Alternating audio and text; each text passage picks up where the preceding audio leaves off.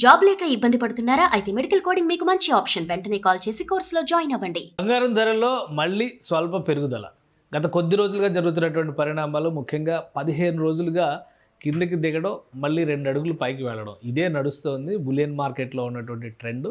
అయితే 2 రోజులు శుక్రవారం, శనివారం కూడా అప్వర్డ్ ట్రెండ్ చూపించడం అనేది రాబోయేటువంటి రోజులపైన మార్కెట్పై ఎలాంటి ప్రభావం ఉంటుంది ఒకసారి విశ్లేషించేటువంటి ప్రయత్నం చేద్దాం. మనతో పాటు మార్కెట్ ఎక్స్పర్ట్ ప్రశాంత్ గారు ఉన్నారు. ప్రశాంత్ గారు నమస్తే. నమస్తే అండి కేశవ్. ప్రశాంత్ గారు 2 రోజుల నుంచి కొంచెం పెద్ద పెరుగుదల కాదు, బట్ 150 అరౌండ్ అటు ఇటు వెళ్తుంది వస్తుంది మళ్ళీ.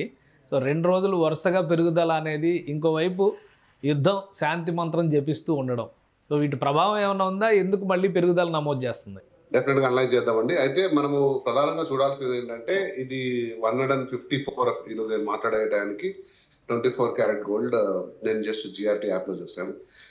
సో 154K అనేది ప్లస్ అది కూడా కన్సిస్టెంట్గా ఇది గోల్డ్ యొక్క న్యాచురల్ స్వభావం. అంటే గత కొన్ని వందల సంవత్సరాలుగా, గత 10 సంవత్సరాలుగా చూసుకుంటే గోల్డ్ అనేది ఇలా ఒక స్థిరంగా మనకు గ్రోత్ అవుతున్న అసెట్. అందులో ముఖ్యంగా కూడా గోల్డ్ ఎప్పుడు కూడా ఒక ఇన్సూరెన్స్ అసెట్. మనం చాలాసార్లు డిస్కస్ చేసుకున్నాం ఈ సబ్జెక్ట్. మళ్ళీ వ్యూవర్స్ కోసం నేను ఎప్పుడు చెప్తుంటాను, గోల్డ్ అనేది ఒక ఇన్సూరెన్స్ అసెట్ గా మీ పోర్ట్ఫోలియోలో, మీ ఫైనాన్షియల్ పోర్ట్ఫోలియోలో మీరు ఒక 100 రూపాయలు సేవ్ చేసుకోవాలనుకుంటే లైఫ్ టైంలో ఒక 15% దాన్ని గోల్డ్, అంటే మన పూర్వం తల్లిదండ్రుల దగ్గర నుంచి, మన పెద్దల దగ్గర నుంచి కూడా అంత మొత్తం గోల్డ్ అందరూ కూడా సేకరించి పెట్టేవారు. ఏదైనా ఆపదలు వచ్చినా, కష్టాలు వచ్చినా వాటిని ఒక ఇన్సూరెన్స్ గా వాడేవారు. కానీ 2025 జనవరి 1 నుంచి పరిస్థితి మారింది. సెంట్రల్ బ్యాంక్స్ విరివిగా వారి డాలర్స్ అన్ని డీడాలరైజ్ చేసి గోల్డ్ కొనడంతో ఒకసారిగా డిమాండ్ పెరగడంతో గోల్డ్ ని ఒక ఫైనాన్షియల్ ఇన్స్ట్రుమెంట్ గా మీరు చూసారంటే, స్టాక్ మార్కెట్ లో స్టాక్ వాల్యూ పెరిగినట్టు అప్ డౌన్ ఎందుకు మాట్లాడుతున్నాం మనం అంటే, it has become a financial instrument. So 30 to 40% ETF లో దాదాపు 70 నుంచి 80 బిలియన్ డాలర్స్ ఈటీఎఫ్ రూపంలో గోల్డ్ ట్రేడ్ అవుతుంది. కాబట్టి అది వాళ్ళకి నచ్చిన వాళ్ళే అమ్ముతుంటారు, కొంటుంటారు, జరుగుతుంటారు. కానీ సో కాబట్టి అది ఒక ఫైనాన్షియల్ ఇన్స్ట్రుమెంట్ గా చూసారు. ఎందుకంటే లాస్ట్ ఇయర్ 75% రిటర్న్ ఇచ్చింది గోల్డ్. ఈ ఇయర్ కూడా అదే అంచనాలతో వెళ్ళి దాదాపుగా 1,80,000 వరకు వెళ్ళిన గోల్డ్ ఇప్పుడు కొంచెం కింద పడిపోయింది. సో సో కాబట్టి అది ఎందుకు పడిపోయిందని మనం చాలాసార్లు విశ్లేషించాము. సో యుద్ధ వాతావరణంలో డాలర్ చాలా బలపడింది. ఆ ఫెడ్ అనేది రేట్స్ కట్ చేయలేదు. సో డాలర్ ఈల్డ్స్ చాలా ఎక్కువ ఉన్నాయి కాబట్టి ఎవరు కూడా బంగారం వైపు మోజు చూపలేదు. కానీ మళ్ళీ ఇప్పుడు యుద్ధం శాంతిస్తుంది, ఇన్ఫ్లేషన్ తగ్గుతుంది. సో ఆర్థిక మాంద్యం ఏదైతే ఊహించారో అది తగ్గుతుంది. ఫెడ్ ఖచ్చితంగా రేట్స్ తగ్గిస్తుంది. కాబట్టి బంగారం వైపు మళ్ళీ మోజు పెరిగే ఆసక్తి ఉంది. కాబట్టి ఇది పెరుగుతూ వస్తుంది. కేశవ్ గారు, మనం ముందు అనుకున్నట్టు 2026 ఇయర్ ఎండ్ టార్గెట్ ఏదైతే 2 లక్షలు లేదా 2,50,000 అని ప్రెడిక్ట్ చేశామో, బహుశా ఆ మార్క్ చేరుకోవచ్చు. ఎటువంటి పరిస్థితులు ఇన్ఫ్లుయెన్స్ చేయకపోతే గోల్డ్ తన న్యాచురల్ స్వభావంగా, అంటే ఇప్పుడున్న ఆర్థిక పరిస్థితుల దృష్ట్యా ప్రపంచ దేశాలన్నీ కూడా డాలర్ ని పక్కకు పెట్టి గోల్డ్ ని తమ నిల్వలు పెంచుకుంటున్న కారణంగా గోల్డ్ ఖచ్చితంగా వాల్యూ పెరిగి తిరిగి దాదాపుగా 2 లక్షల వరకు వెళ్ళే ఛాన్స్ అయితే ఉంది. కానీ మొన్న కొన్ని పరిణామాలు జరిగినాయి. ఆల్రెడీ తుర్కియా కానీ, రష్యా కానీ గోల్డ్ రిజర్వ్స్ని కొంచెం రిలీజ్ చేయడం, ఇండియాలో కూడా రిజర్వ్ బ్యాంకు కొంతవరకు గోల్డ్ రిజర్వ్స్ని తగ్గించుకునే అవకాశాలు ఉన్నాయని చర్చ నడిచింది. ఇప్పుడు ఎలా ఉంది ఈ ఇంటర్నేషనల్ ఈక్వేషన్స్ వైజ్గా? కానీ యుద్ధం కొంతవరకు శాంతించిందనే సంకేతాలు వస్తున్నటువంటి నేపథ్యంలో ఈ గోల్డ్ రిజర్వ్స్ని రిలీజ్ చేయడం అనేది ఇంకా కనిపిస్తుందా ఆ పరిస్థితి, ఆ సంకేతాలు? అది డెఫినెట్ గా అండి. ఇప్పుడు మనం ఎప్పుడు కూడా ఎంత నిశ్చితంగా గోల్డ్ యొక్క ట్రేడింగ్ ని, అంటే కంట్రీస్ ట్రేడింగ్ ని ఎప్పుడు కూడా పరిశీలించలేరు సామాన్యుడు. ఇప్పుడున్న పరిస్థితుల్లో గోల్డ్ వాల్యూ తెలుసుకోవడం ఆసక్తి పెరిగింది కాబట్టి అందరూ చాలా నిశ్చితంగా చూస్తున్నారు. లేదంటే ఎకనామిక్ యాక్టివిటీలో భాగంగా ఒక్కొక్కసారి వాళ్ళ డాలర్స్ అనేటివి, అంటే ఎందుకంటే ప్రపంచవ్యాప్తంగా ట్రేడ్ అయ్యేది డాలర్. సో కొద్దిగా డాలర్స్ ట్రేడ్ కానప్పుడు లేదా కొద్ది అవసరాలకు బంగారు వాడే పరిస్థితి వచ్చినప్పుడు బంగారం యూజ్ చేస్తారు. కానీ బంగారం ఎవరు డంప్ చేయట్లేదు. కానీ మీరు ఒక విషయం గమనించాలి కేశవ్ గారు, అసలు బంగారు వాల్యూ పెరగడానికి ఒక స్ట్రాటజిక్ గా 2022లో రష్యా యుక్రెయిన్ దాడి జరిగినప్పుడు రష్యా దగ్గర ఉన్న యుఎస్ ట్రెజరీ బాండ్స్ ఫ్రీజ్ చేయడం వల్ల అమెరికా కంట్రోల్ చేయడం ఏంటి అనే ఒక బాధలో మనకు డాలర్స్ ని తగ్గించాలి ఆధిపత్యం అని బ్రిక్స్ దేశాలన్నీ కూడా వచ్చి ఒకసారిగా బ్రిక్స్ దేశాలన్నీ కూడా ఒక డీడాలరైజేషన్ చేస్తూ మన నిల్వల్లో గోల్డ్ ని పెట్టుకొని పెంచాలనే ఉద్దేశంతో చూస్తే సెంట్రల్ బ్యాంక్స్ అన్ని విరివిగా కొన్నాయి. అది మనం చూసాం. సో అది కంటిన్యూ అవుతుంది. అందులో మార్పు ఉండదు అనుకుంటున్నాను. ఎందుకంటే బ్రిక్స్ చాలా బలంగా ముందుకెళ్తున్నాయి. అన్ని కూడా ఎదుగుతున్న దేశాలు, బ్రెజిల్ కానీ, రష్యా కానీ, ఇండియా కానీ, చైనా కానీ, సౌత్ ఆఫ్రికా, ప్లస్ యుఏఈ కూడా ఉండేది, అంటే ఈ ఎమిరేట్స్ కూడా ఉండేటివి. సో బహుశా నెక్స్ట్ 20 years లో డాలర్ కి ఆల్టర్నేట్ కరెన్సీగా గోల్డ్ తీసుకురావాలన్న ఉద్దేశంలో భాగంగా గోల్డ్ కొంటున్నాయి కాబట్టి అది విరివిగా కొంటున్నారు. ఇక కొంచెం కొంచెం ఆఫ్లోడ్ చేయడం అది సర్వసాధారణం కేశవ్ గారు, దాని గురించి పెద్దగా వరి కావద్దనేది నేను చెప్పాను. ఇప్పుడు యుద్ధం పైన చర్చలు జరుగుతున్నటువంటి నేపథ్యంలో చాలామంది ఏం చూస్తున్నారంటే అమెరికా పరువు పోయింది, ప్రతిష్ట పోయింది, డీడాలరైజేషన్.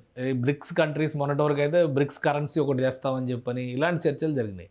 సో ఇప్పుడు ఈ శాంతి చర్చల తర్వాత అంతర్జాతీయంగా కరెన్సీ విషయంలో ఏమన్నా మార్పులు చేర్పులకు అవకాశాలు ఉన్నాయా, ఇంకా కొంతకాలం వెయిట్ చేయాలా? ఆ మార్పులు చేర్పులు జరగవచ్చు. అంటే ఒక డాలర్ని ఆధిపత్యం తగ్గిస్తూ ఇంకో కరెన్సీ పైకి రావచ్చు. Okay, for example next 2 best currencies అంటే అందరూ ఒక దేశం అందరూ కూడా నిలవలు పెట్టుకునేది స్విస్ ఫ్రాంక్స్ అంటారు. స్విట్జర్లాండ్ స్విస్ ఫ్రాంక్ కూడా వన్ ఆఫ్ ద సేఫెస్ట్ కంట్రీకి ఉన్న నిలవలు, లేదా జపాన్ యెన్స్ కూడా, ఇవన్నీ కూడా చాలా సేఫ్ కరెన్సీస్ అంటారు. సో ఇవి బహుశా ఇంకా నెక్స్ట్ ప్లేస్ లోకి రావచ్చు. కానీ 3000 సంవత్సరాలు 4000 సంవత్సరాల మానవ చరిత్రలో, అంటే ఎప్పుడైతే బ్రాంజ్ ఏజ్ మొదలైందో అప్పటి నుంచి ఇప్పటి వరకు రాజుల యొక్క ఏమంటారు సంపదను కానీ, రాజుల యొక్క కంప్లీట్ డామినెన్స్ కూడా గోల్డ్ నుంచే వచ్చింది. సో గోల్డ్ అనేది విరివిగా 217 దేశాలు, మనకి ఎన్ని ఉన్నాయి నాకు గుర్తులేదు కరెక్ట్ నంబర్, 200 దేశాల ప్లస్ లో ఏ దేశంలో అయినా గోల్డ్ మీరు ఎక్స్చేంజ్ చేసుకోవచ్చు. అది కూడా నిమిషాల్లో లిక్విడేట్ చేసుకోవచ్చు, యాక్సెప్ట్ చేస్తారు.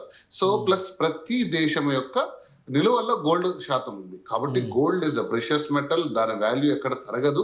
బహుశా ఇంకో కరెన్సీ అప్పున్నా కూడా ఈ గోల్డ్ ఏదైతే పెరుగుతూ పోస్తుందో, మనం చూస్తున్న వాల్యూ అనేది ఏదైతే చూసామో అది అదే రేంజ్ లో కాకుండా కొంచెం మందగించచ్చు. బహుశా కరెక్షన్ ఫ్లాట్ కావచ్చు, కానీ ఇక పడిపోవడము అది ఏదో అయిపోతుంది అనేది ఎప్పటికీ జరగదండి గోల్డ్.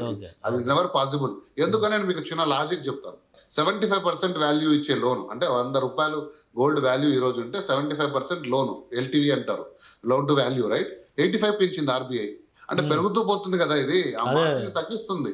సో అది కూడా ఒకటి మనం డిస్కస్ చేద్దాం డీటెయిల్ గా. అంటే ఒక చిన్న మీరు పెరుగుతుంది అన్నారు, కానీ ఇప్పుడు చాలా మంది అంటే ఎనలిస్టులు కొంతమంది జ్యోతిష్యులు కూడా అక్షయ తృతీయ సరికి లక్షకు పడిపోతుంది చూడండి, వెయిట్ అండ్ సీ అని సవాళ్ళు కూడా విసురుతున్నారు.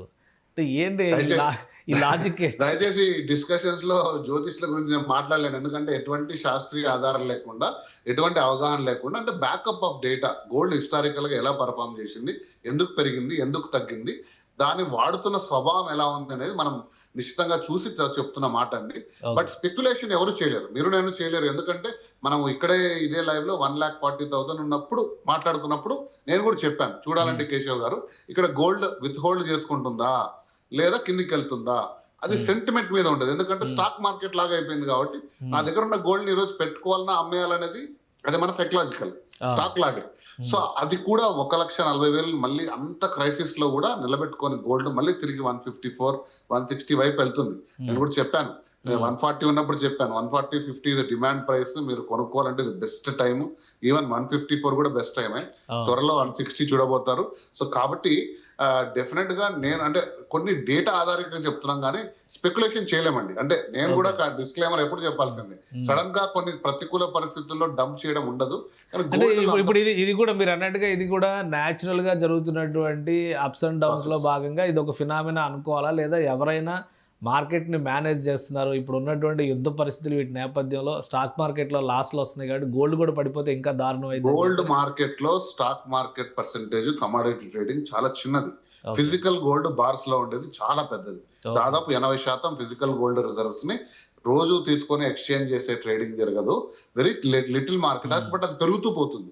నేను చెప్తున్న ప్రభావం ఏంటంటే ఎందుకు ఇంత ఫ్లక్చుయేషన్స్ వస్తున్నారంటే ఈ డిజిటల్ గోల్డ్ అనేది అది ఎప్పుడైతే వచ్చిందో, మీరు ఫోన్ పే లేదా పొద్దున ఓపెన్ చేస్తే డైలీ 10 రూపీస్ సేవింగ్ తో మీరు గోల్డ్ కొనొచ్చు, అంత లో. సో డైలీ 10 రూపీస్ ఇయర్ కట్టి ఆ గోల్డ్ మీకు వాడి దగ్గర ఉందా, ఆర్బీఐ నిబంధనలు ఏం లేవు, నేను ఇంతకుముందు మనం చెప్పాము.